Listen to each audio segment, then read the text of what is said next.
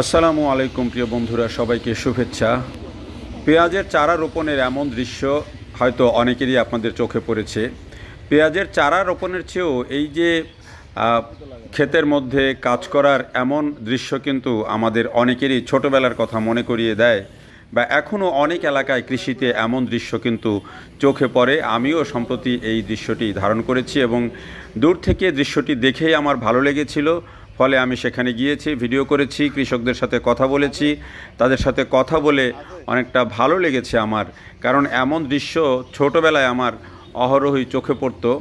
আর এ কারণেই দৃশ্যটা দেখে আমার দৃষ্টি আটকায় এবং আমি সেখানে যাই। এমন দৃশ্যে কিন্তু আমাদের অনেকেরই দৃষ্টি আটকায়। তো এই যে পেঁয়াজের চারা রোপণের যে পদ্ধতি, সেটি এক এক এলাকায় এক এক রকম হয়। কোনো এলাকায় হয়তো এই যে এখানে যেভাবে সারি করে রোপণ করা হচ্ছে ধান ক্ষেতের মতো, ধানের মতো এভাবে, কোথাও আবার হয়তো কাঁচি দিয়ে গর্ত করে লাগানো হয়। এভাবে নানান পদ্ধতিতে এক এক জায়গায় এক একভাবে রোপণ করা হয়। এটি রাজশাহী অঞ্চলে যে চারা থেকে যে পেঁয়াজ করার যে পদ্ধতি, সেই পদ্ধতির যে রোপণ পদ্ধতি সেটি এখানে আমি দেখাচ্ছি।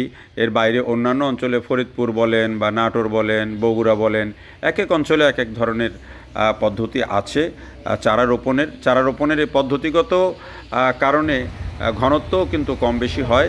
কোনো পদ্ধতিতে হয়তো চারা অনেক ঘন করে রোপণ করা হয়, কোনো পদ্ধতিতে একটু পাতলা করে রোপণ করা হয়।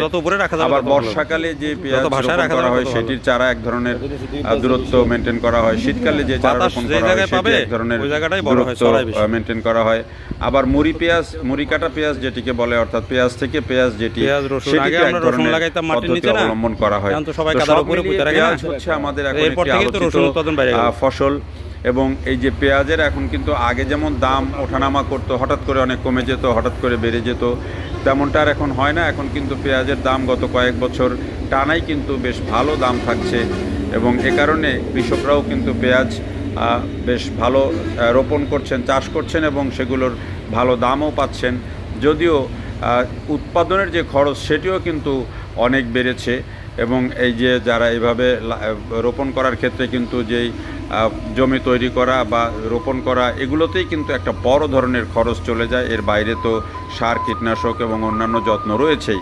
তো সব মিলিয়ে পেঁয়াজের দাম যেমন আছে, পেঁয়াজের উৎপাদনের খরচও তেমন আছে। তবে আগের চেয়ে যেটি আসার কথা সেটি হচ্ছে যে এখন কৃষকরা মোটামুটি কিন্তু রেগুলারই। কতখানি জমি লাগাচ্ছেন? এটি একটা ভালো বিষয়। 11 কাঠা। খরচ কীরকম হচ্ছে? খরচ তো ভাই অনেক কীরকম? কত টাকা? কাঠাতে আপনার লাগাইতেই প্রায় 1000 টাকা করে খরচ। পার কাঠা লাগাইতে 1000 টাকা খরচ, মানে এই চারা রোপণ করতে? হ্যাঁ। আর অন্যান্য সব খরচ দিয়ে 11 কাঠা কীরকম খরচ পড়তেছে? 11 কাঠা খরচ হবে আপনার প্রায় 30,000 টাকা। 30,000 টাকা। পেঁয়াজের দামও তো অনেক।